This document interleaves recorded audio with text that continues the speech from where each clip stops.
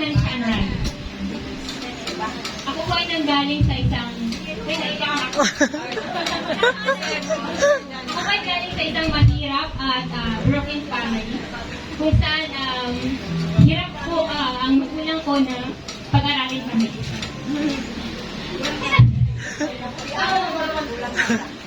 Dahil sa tawag po ng ating Panginoon ang pagkalagpa ko ng elementary at yung panalangin po sa mga panahon na yun na makapag-high school ako. Kasi hindi naman sa mga pagyayabang napakasipag ko kung mag-aaral. So, after 2 years, sa awa ng Panginoon, nakapag-high school pa ako as working student. So, after ng high school, sabi ko, Lord, sana po makapag-college pa ako. So, after lumipas po isang taon, nakapag-college po ako. Working student ulit. So, after po mag-college, graduate po ako ng 2012. Sabi ko, dahil po siguro nabilang ako sa broken family. So, inusto ko po agad na magkaroon ng family. Sabi ko, Lord, at the age of 25, sana po may sarili na akong pamilya. So, to make the story short, 2014, nag-live po kami ng jowa ko. Nag-live po 2014.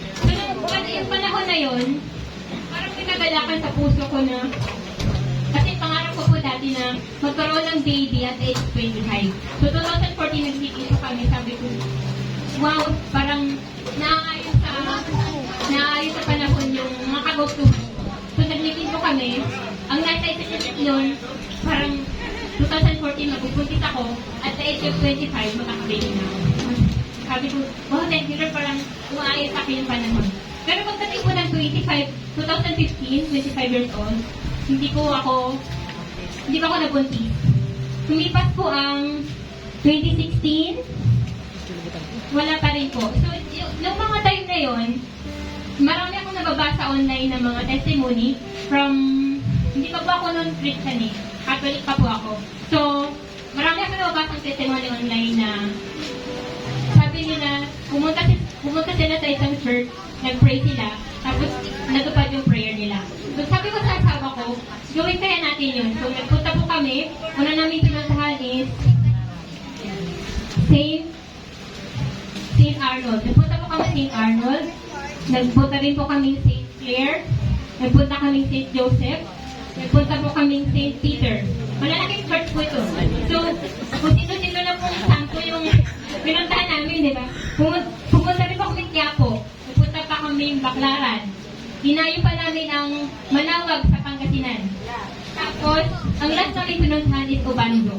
Di ba sabi po nila, pag sumayaw ka sa Obando, magkakababy ka. Pero pagdating namin sa Obando, tapos na yung mass, wala nang tao, wala kaming makita. So, umuwi na lang kami.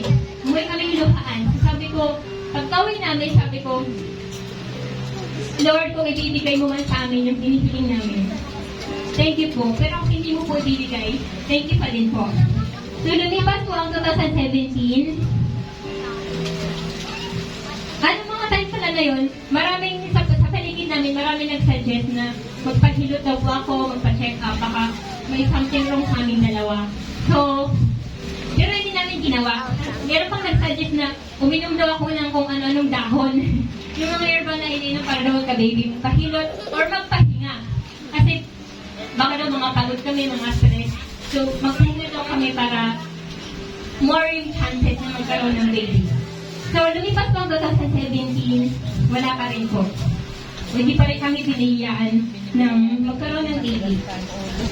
Lumipas po ang, may sabi pa na magpakasal daw kami, kasi nung mga panahon na yun, hindi pa lang kami nagpapakasal. So, 2017 po, nagpakasal kami. Pero, tapos pang 2017 na, hindi pa rin kami nagkaroon ng baby. Lumipas ang 2017, tapos dumating po ang 2018. 2018, lumipat po kami sa Sunrise, kung saan po naroon ang ACCS family. So, lumipas 2018, 2019, hanggang sa nagkaroon ang pandemic. So, nung nagka-pandemic, nakapagpahinga ang lahat kasi bawal lumabas sa bahay ka lang. So, hindi na rin kami nakapagsimba kasi Catholic pa po ako nun eh. So, hindi na kami nakapagsimba nakakulong kami sa bahay, nakapagpahinga. Hanggang sa naging part kami ng ECCS family, ng Sunrise. So, kung meron bang naidulot na maganda ang pandemic, yun ay naging party kami ng ECCS family. So, mula nung na naging party kami ng ECCS family, kasi sa Christian ka, diba, laging may panalangin. So, umpisa natin sa Sunday worship. At pagkatapos ng Sunday worship, meron pang cottage prayer, meron pang midweek service, meron pang, dati meron kaming don't watch, tapos overnight prayer, may fellowship, may small group. So, parang naano kami sa prayer na-expose pang tawag yun. Parang na-expose kami sa prayer, hanggang sa kaming dalawang mag-asawa, natuto kaming magdasal. Kasi dati, hindi kami ganun eh. Nagdadasal lang kami tuwing Sunday pag nagsisimba sa Catholic. So, nung napunta kami sa ECCS family, yun yung naano namin. Parang natuto kaming magdasal sa sobrang expose namin sa mga ganong prayer event. Tapos, ang prayer request namin lagi ay yung magkaroon ng baby. Kasi yun talagang hinihiling namin nun. So, isang gabi, napakarandom na pangyayari sa aming dalawa ng mag-asawa. Kasi dalawa lang po kami sa bahay. Isang gabi, magtulog na kami, sabi niya, may love, yakapin mo. Sabi niya, yakapin mo, may labang dasal tayo. So, nagdasal kami. Siya nagdasal. Nagulat ako kasi, sabi ko, wala, parang, ang laki na ng pinagbago niya. Parang, nagdadasal siya na umiiyak. Sabi ko, sa isip ko, sabi ko, Lord, salamat kasi parang sinasabihin na siya ng mabuti kasi. Tapos, sa isip ko, sabi ko, sorry kasi hindi ko mabigay sa'yo yung magkaroon ng baby. Sabi ko, sorry. So, parang, grabe ko meron yung Panginoon sa buhay namin. Dahil sa hindi po nakakalam, yung asawa ko po, is ano siya, hindi ko naman sinisiraan siya, pero dati siyang panainom at gabi-gabi. So sabi nila baka dahil hindi kami magkanak dahil yun na puro na alcohol yung nasa katawan niya. So nung kami ng ECCS family, parang binago siya ng Panginoon. So ngayon, hindi na po siya umiinom. Mabuting taon siya. Lumipas po ang 2019, kasi diba, nag-pandemic 2019, at 20. So, dumating ang 2021. Isa po sa mga malapit na kaibigan ko, nag-announce sila na magkaka-baby sila. So, sabi ko, diba dapat yung nasa isip ng iba, Lord, bakit ba na hindi nagdadasal binigyan? Bakit kami na ang tagal-tagal na hindi nagdadasal, parang wala kami? So, hindi yun na po ang nasa isip ko. Ang nasa isip ko, ay ako na po ang susunod na magbuntis. Kasi nabuntis na yung malapit na kaibigan ko eh. Kasi di ba sabi nila, pag binet ni Lord yung neighbor mo, ibig sabihin nasa neighbor ka siya. So sabi ko na, ako na talaga ang nasa mo.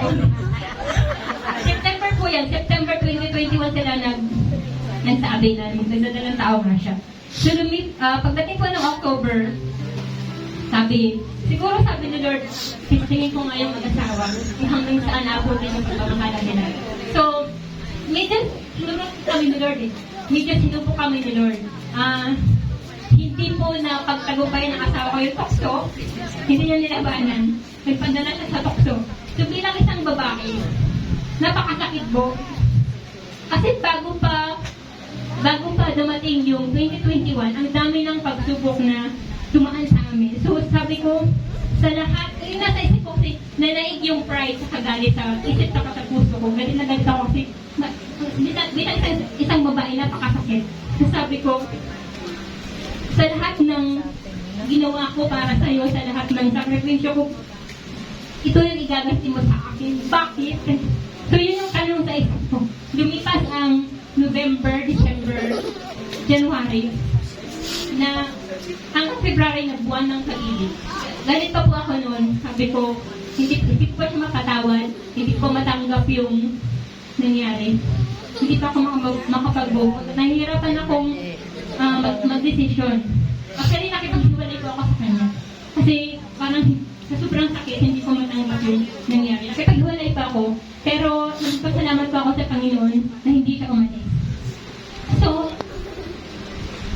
nung February na buwan ng pag-ibig, sabi ko, Lord, tulungan mo pa ako mag-decision kasi hindi ko alam ang gagawin ko. Baka hindi maganda yung mangyari pag may ginawa sa decision na gagawin ko. So, nag-pray talaga ako. So, buwan ng pag-ibig yun February. Ang bilis sumagot ni Lord. Sabi niya, ang lakas ng pagkakasabi na kamay pa. Sunday yun Sunday worship. So, sabi niya,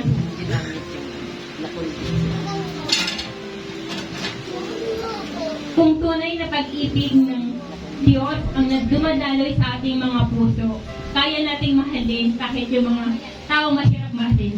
So, diba? Nung sinabi yun ni Lord, sabi ko, aray ko Lord. Parang tumagos talaga, diba? Kung tunay na pag-ibig ang dumadaloy, tunay na pag-ibig ng Diyos ang dumadaloy sa ating mga puso, kaya nating mahalin kahit yung mga tao mahirap mahalin. So, nung narinig ko yun, wala na, nagsimula na akong magpatawad, nagsimula na akong tanggapin lahat ng mga masasakit na nangyari. At nag-forgive na at nag-move na ako. So after doon, siyempre bati na kami. Bati na kami, ano pa ba yung gagawin namin? Medyo mas pero tayo-tayo lang naman ito.